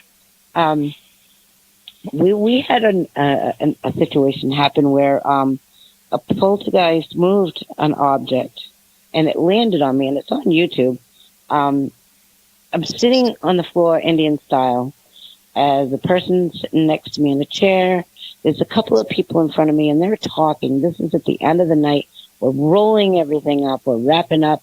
The recorders are just going. They're just running out, We're just running out our whatever. And we're just talking amongst ourselves because everything, we were ready to wrap up. But I'm just still sitting on the floor. And one of the other girls mentions ghost hunters. Just the word, ghost hunter. All of a sudden you heard a snap, and a bag fell on my shoulder and hit the floor. And it was there's like a half wall I was sitting up against. And the bag has got beef jerky in it. And you know what beef jerky was in the old times. The house was built in 1830. And everybody that ever stayed at that house, lived at that house, had bad luck. It was like, I don't know what was wrong with that place, but I think they just had a lot of bad karma to that location. And all I could say was, I didn't get scared. I just looked at the guy that was running the camera, and I said, "Did you get that on camera?" I wasn't as afraid of the spirit as I was, "Did you capture that?" And we did. And you can see the bag just out of nowhere just snap and fall. And it'd been sitting there all night long. I mean, it's the worst feeling when you don't capture something. The cameras weren't rolling. I've had that happen to me a few times, and it's the worst feeling. It's like, dang it, come on. Well, Zach, thank you for calling in. We still got Zach on the line. Exactly. All right, Jason, thank you so much for allowing me to call in, and thank you so much, Debbie, for answering my questions. I greatly appreciate it, and I cannot wait to hear the rest. Everything you're saying is just so awesome. Oh, thank you. Thanks, Zach. Have a good night, everybody. You too, bud. Russ, I was just saying. I love your audience, Jason. You got a diehard ghost hunt group. You got a diehard group. Oh, I do. Zach's awesome. He always calls in with the best questions too. And people, you can call in still. We still got time. There's J Bland 00. That's Skype line Zach Hughes. You also can call in on Soup Live Chat 800 Live Chat. We can see you on video on that one. So call in, ask questions. One of the things I was to say, we were talking. Brings up a good point about the different senses. And you say how you kind of mentored a teenagers that were experiencing their mediumship or psychic abilities. Actually, it was ghost hunting. It was called Teen Extreme Ghost Hunters Club. Okay. And it was 2010. And I had 8 members. And it was the first of its kind. And I actually was the first time I was ever on a radio show because I had did the teen group, and Sean Solis from down south, they wanted to know what I was doing. They thought it was really interesting that, somebody's actually daring to teach the teens. And I was thinking, I remember being a teen, and I remember these things happening to me, and I had no answers, and I hated it. You know that feeling? Oh, I know that feeling very well. and anybody else in the audience know that feeling where you can't go to any adult and say, hey, what the hell? Because adults don't understand, and we don't understand. Why would we understand? We're not taught that. It happens to people in their adult life, not just as teens. It's just, when it comes to there's more of an awakening in the paranormal, but it still happens to people where they don't know who to turn to. But yeah, I was a teenager when I had my horrible dark paranormal experience, and I had no one to really talk to about it. Yeah, and I have to say I'm very lucky. I have not been physically harmed. I do know of other investigators from around the world that have had experiences where they've been literally picked up and thrown. They've been hurt very severely, but they've been burned, they've been scratched. I've actually witnessed a gentleman named John Brightman get scratched. And when he lifted up his shirt, he had these huge claw marks. And I'm just grateful that it wasn't me. I mean, it's too bad that it happened, but it happens, and it's just part of the job. It's just part, and there's no money in it. I have done some documentaries. I did them all volunteer. I did not get paid for them. I did a couple of movies. I did not get paid for them. Everything that I've done is mostly volunteer because I do it because I love it. Exactly. You talk about scratches. I've never been scratched. I did have during my experiences when I was a teenager, I did have a round circular mark, like somebody took a cigar to my face. What was going on? But I never had a scratch. And if I got scratched, I wouldn't be bothered. You know what bothers me? The one that would freak me out is when people get bite marks. I've seen it on investigations, getting a bite mark. That, to me, is like getting a bite mark from a human would freak me out, let alone something you can't see biting you. That's really an angry spirit. Yeah. And I wouldn't even call it a humanoid spirit because anything that's humans are still people. And when they die, they're still people. I mean, they're no longer a human body, but yet they're still the person that they were. A lot of people go, I'm just going to be perfect when I'm on the other side. No, you're not. You're going to be the same as you are. You're going to be the same person. The essence of your soul stays with you. That's who you are. So if you were a dick in your life, you're going to be a dick on the other side. And those are the negatives when you come through the boxes. Yeah. I guess we learn as we go. That's part of our journey is to learn what we can and to take what we can. And wouldn't it be wonderful if we could learn? I mean, I figure when you know it all, now that's time to die. You know it all, you've learned it all, you're already ready to go. But I think I don't even think when we die we know it all. I don't think we know it all even then. I don't think it's done then. Right. I think because I'm watching, they're talking about other galaxies, that there's another, planet solar system like ours where there's places planets where we can relive. So, or multiverse, you talk about other universes even. Well, lucky enough, I'm going to that one next. I'm not going to haunt this one. I figure I'm going to move on. I'm going to graduate from Earth, go somewhere else. Oh, I hope But that's true for me. I do wonder about being that I'm negative blood type, and that I have a lot of royalty in my blood. And I've been doing a lot of studying on the blood types, and I wonder, because I have a lot of royalty in my family, is there any chance that there's a possibility of, okay, I know this is going to be stretching. No, you're on Paranormal Soup. I know exactly where you're going. Yeah, the DNA of, they talk about the Rh negative being part of that, the alien DNA. I'm part of that alien DNA. I was talking about that today. I have RHO negative blood myself, and I get really interested in knowing how many people that are sensitive have the RO negative blood. It's something that I've been fascinated with for a really long time. So hearing you say that right now is really interesting. It's very interesting, and I've been doing a lot of studying, well, because I do ancestry, but I've been doing a lot of studying because of the blood too, and because there's such a low percentage of humans that have, like, I want to say O is 6%, A negative is 5 to 6%. I think the AB is 2%, but it's so foreign to the world. And my mom always told me if I needed a transfusion. I'm sorry. My mom always said if I needed a transfusion, I'd have a problem because it's so rare. Yeah, you would. Come to my family. We got O's and we got A's and O's in my family. I produced a couple of O's myself. I gave myself an O. My oldest son is an O negative, and his dad was an O negative, and I'm in the negative. I'm an A negative. My children are negatives. So A can only take A. O can take only O, but it can give to everybody. So you're a universal donor, which is fantastic. And victim for vampires. Help. I'm sorry. And a victim for vampires. I'm sorry. Oh, you know what? Maybe not. Maybe they will be allergic to us. We can only hope, you know.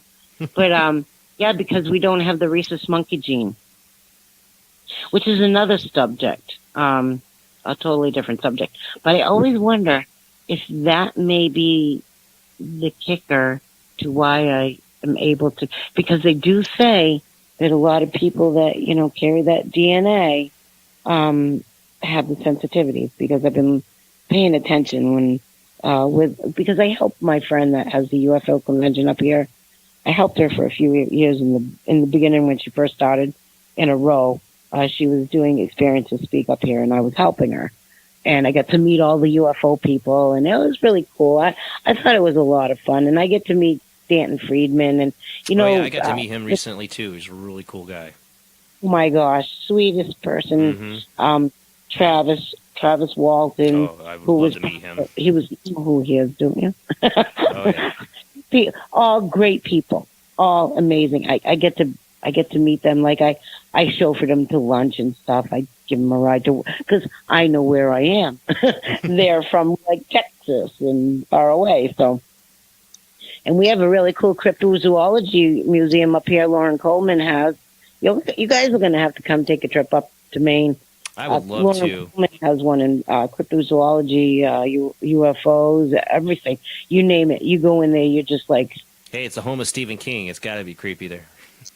Stephen King lives about... Yeah, I've been to his house. It's a beautiful house. He has a really cool gate. That town is small, but then if you're up there, you might as well just go right to the mountain, and then when you're done with the mountain, go down to Buck's Tomb. Closest I ever came was North Conway, New Hampshire. That far. Oh, yeah. Oh, it's not too bad though. But there's up in Bangor, they have the Buck's Tomb, Bucksport has the witch's foot on the cemetery stone. It's really there. I saw it with my own eyes. It's an old legend. Now, being up in, how doing like the big historical locations, do you do a lot of client any kind of client, like people in their homes dealing with the paranormal, or trying to help people in that way at all? Oh, we have, yes, absolutely. I got kind of pushed more into a lot of historic locations because I started working with historic societies, and they love learning. I've been really lucky, but yes, I've done some cases privately. I also, when I have a case, I got a couple of people that I work independently with, and if it's a location that's too big, then I'll haul in another team that's local with me that I trust, that I know do not have combat issues and they don't have any jealousy issues. It's all fair, it's all a fair shake. I know I can rely on them to do the work and not be goofballs. Because, I've had people come and you'd think it was just for an event, and that's not an event when you're doing No. It's a location. It's not for fun. It's for actually helping, because we don't know why we're going in there to begin with. We do when we're there, but I'm saying, like, when we're going to a location, we could be going there for many reasons. People experiencing things they want. Some people want to live with their ghosts. Some people want their spirits or their energies to be moved on. There's so many different reasons for going to a location. One location I went to, there was what appeared to be like a vortex, and it was in this lady's. She had a house called a split foyer. It's where the stairs are in the center of the home. Mm-hmm. Yeah. You get the stairs. When you're coming up to the door, you're coming to the landing. Right. So you got a landing that goes down, and stairs that go down and stairs go up. Well, when I came over to her house, she was a little lady that she was from England, and she'd lived here for 15 years. She'd bought the house 5 years ago, and she'd been experiencing a lot of things. She had no idea what was going on, but she kept experiencing a lot of awkward things, just odd things being moved. Yeah. The fan ghost that moves the keys and stuff. So nothing too bad. But then one day she saw the bathroom door and the basement landing spinning. She said she could see it swirling and spinning. She thought she was getting lightheaded, or right. She was blaming it on herself, which was fine. I mean, I understand. We think we're seeing things, or we think we're it's maybe hot flashes or whatever, something's going on. So she's telling me about this, and then she's giving me a tour, and as soon as I stepped on that bottom floor, immediately the closet to the left was calling me to come to it, but it was also giving me that feeling of the speed bump feeling, the sick feeling, like the nauseous feeling. And I opened the closet, and all I could feel was like this is the saddest spot on the planet. All I felt like was I guess I do get emotional, but it was like I'm looking right at her going, wow, what happened in this place? This is a dark place. And it was a dark place. Come to find out, she did some history and research. There was a gentleman that had been an old man who lived there, and he had gotten two gentlemen had not, I wouldn't call them gentlemen. Mm-hmm. They broke in his house, they tied him up, they murdered his dog, and they killed him, and they left him in a closet. And they threw the dog on top of him. I did not know that at that time. Right. I've experienced exactly that feeling, though. Like the way you describe it perfectly. And it was a spot where somebody had been murdered and didn't know at the time. When you said now, was that, you considered that spot to be the vortex? She did. Yeah. She could see the swirling. Now, my experience wasn't. I was not seeing the vortex. Mm-hmm. I was feeling the energy drawing me to that location. But my body, I'm being drawn into it. But I'm also saying, no, I don't want to be here. This is not for me. This is not a place. I don't belong here. You know what I mean? That's how I felt. So it was like one of those catch-22 feelings, because I've been on a lot of different locations. I've even investigated the USS Salem with groups of people. You're getting really. 3 times. Debbie. Never felt anything like that. You're getting real muffled the way you might be holding the phone. Oh, I'm sorry. Is that better? That's better. That's better. Okay. But the vortex I was going to say is that you always wonder. I've always compared it to, like, basically when somebody dies in a certain spot in a horrible way. I always wonder if it's like that exit they left to go to the other side, because of how bad it was. It left a permanent doorway, like a hole, because of just the bad ending. I want to talk to you more about that later, Jason, because the backyard thing where we think our portal, where there's a portal, there's this whole story with, I think somebody was murdered back there. And I didn't know that could cause something like that, or that went together. I've always wondered that. That's why, places where, bodies have even been stored, they say, like morgues and hospitals, that there's spirits and activity there. Is that, did the spirit make their exit? And wherever the spirit exits, I swear, leaves a doorway sometimes in a home or in a location. Never thought of that. That is intriguing. That's one of my theories. I think it's a pretty good one, though. I mean, it's definitely got its place. Especially when you're talking locations, because, like, the buildings. I've taken pictures of buildings that had caught fire and, like, where nobody was there, and it was just the building left, what was left of the building. Right. And in those photographs, there are so many spirits, especially if the location's fairly old. There was a barn where I took some pictures at a barn that had burned down.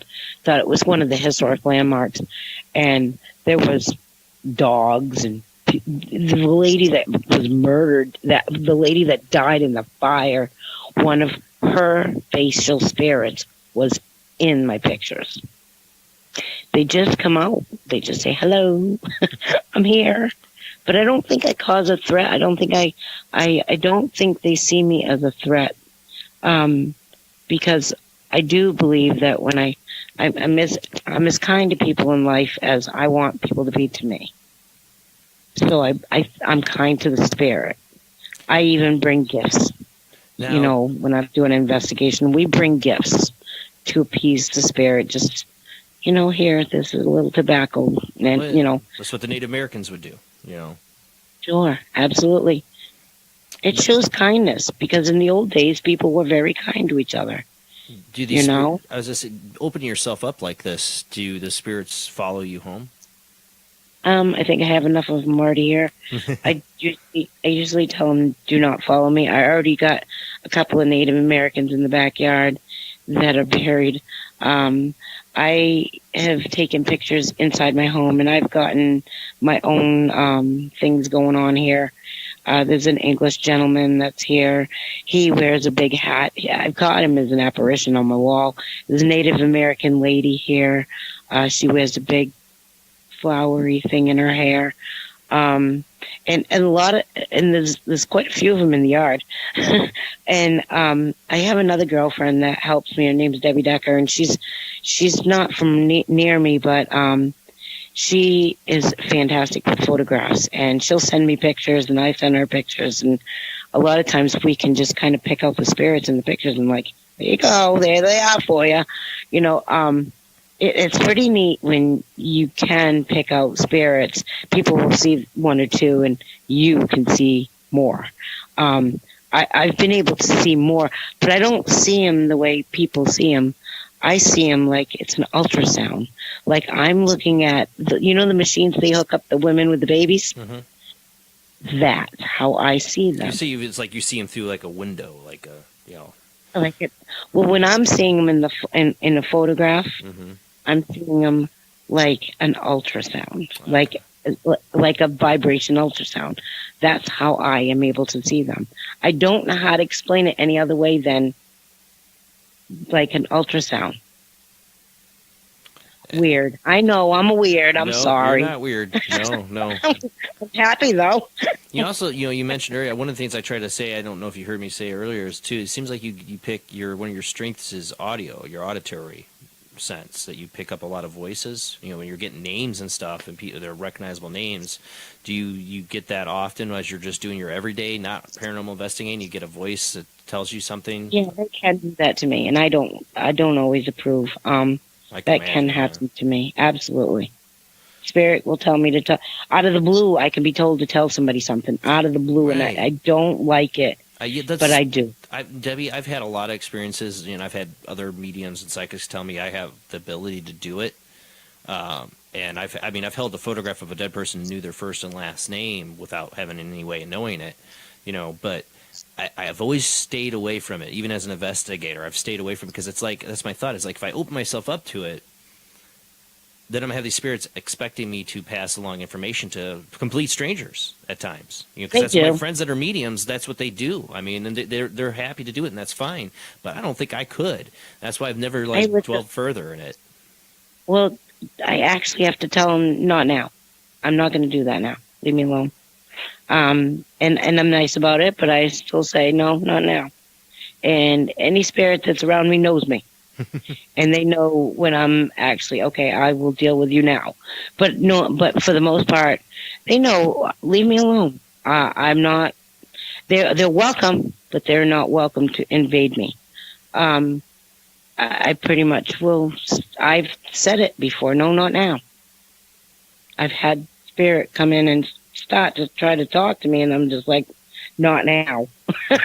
Sorry, I'm dealing with my own stuff right now. Let me deal with my stuff, and I'll deal with you. But right now, I'm taking care of me. I'm doing my own thing. But no, they do, and I do believe that our ancestors are always around us. And the problem, I've actually seen what looks to appear to look like one of my ancestors. I totally believe that. Some of my photographs. So yeah, it's pretty weird, but pretty weird, cool. I've actually captured a lot of animals and children lately. Oh. The children, I know it's not bad though. I mean, I know, but it still creeps me out. They're not great to look at. They're not. People go, "Oh, they're so scary." I go, absolutely, they really are. But they come to you as they are, and most of them are dressed. I would say 99% have clothing on. The 1% that doesn't, the only one I've ever had taken a photograph of a nude spirit was in a hospital that I was doing an investigation of in the mental ward. Oh, well, that would make sense. Yeah. Captured an apparition. He was hanging. He was a nude. And he was awkwardly shaped and extremely thin, like he was anorexic, like they starved him. But it was a poorhouse. It was a poorhouse / hospital. Well, it was had a TV ward and everything. So yeah, let's say he never connected with me, but I did capture a photograph, and I think anytime I capture a picture of them, they know it, because in the pictures sometimes, if I look at the photograph long enough, that photograph, the pictures of the spirits will move. We are at the end of the show. I want you to be able to get out all your relevant information for people, where they can find you at, and your social media. Okay, so on Wednesday nights, I do my radio show, and it's the Debbie Perkins radio show, and I do episodes of USA Paranormal Radio and Hollywood Red Carpet Radio. I've had my shows for quite a while, so you're welcome to check out the episodes I have on Blog Talk Radio, but I'm now doing it on Dragus Productions, and that's Dragus, PROD.tumblr, TUMBLR.com on Wednesday nights from 8 to 9, and I have investigators come on. I have ghost hunters. I have people, haunted locations. I have crypto. I have it all on the paranormal side, and then I have actors, directors, producers, people in the filming industry on the Hollywood side. So they can get me there, or they can check me out on Facebook. I have some websites. All they got to do is Google it, and bada bing, bada boom, they'll find me. Awesome. I'm not a ghost yet. I'm still here. Well, But thank you, Jason. And this was so much fun. You guys are a blast to talk with. Well, it was a lot of fun to talk to you, and this is why I do the shows, get to meet people, they're into the field like I am, and enjoy it as much, and get to share ideas and talk about our experiences. This is why I do it, and it's what people do in our chat room while they watch the show on Facebook. They're chatting away about their own experiences. That's what I love doing this show. I love it too. I was looking at the chat earlier, and I have to say you have a great audience that follow you, and I could tell that they support you, and just reading their little things between each other, it's wonderful. And I felt very welcome with you guys. It was a great night. Well, thank you. We got to get you on again sometime, and I'd love to come on your show sometime. Anytime. Oh my gosh, both of you guys! I got to have you both. Oh yeah. I think it would be way too much fun. You guys are way too much fun, and yeah. Good I already times, feel guys. a connection with you. I already have sent you a friend request, in fact. Oh, awesome. Look at that. I love it. You guys are great. I watched your show before, too, so I knew what I was getting into. Some people don't want to get on the show. I was looking, Jason. But you know what? You run a very beautiful show, very professional. I love it. You. It's so good to see Paranormal Radio come so far. I know. I'm a big fan, like you said. You listen to a lot of different shows, and I do too. And thank you. It means a lot to hear that compliment. Thank you so much. Awesome. All right, guys, that's the end of the show. We will be back next Sunday, same bad time, same bad channel. Our guest will be Maureen St. Germain. I don't have my notes on me at the moment for that, but I'm sure it'll be an interesting show. Come check us out. You can watch us on Midwest Paranormal Presents Paranormal Soup's Facebook page every Sunday night, 10 p.m. to midnight Central Time, 11 p.m. to 1 a.m. Eastern. And we can listen to us on Late Night in the Midlands Radio Network live at the same time. Either way, listen, watch, take your pick. Please don't forget to go to Late Night Midlands Radio Network's website. We're trying to reach our goal for the month for donations. Donate or subscribe to Late Night Midlands. We need your help to keep the radio network going, guys. So please do what you can to try to help us out. Late Night in the Midlands Radio Network.com. All right, guys. Thanks for joining us tonight. Thank you, Debbie. Thank you, Jamie. Thank you, Rob. I saw you joined. We never got to talk. Rob's in the panel there. All right, guys. We'll see you next Sunday. Have a great night.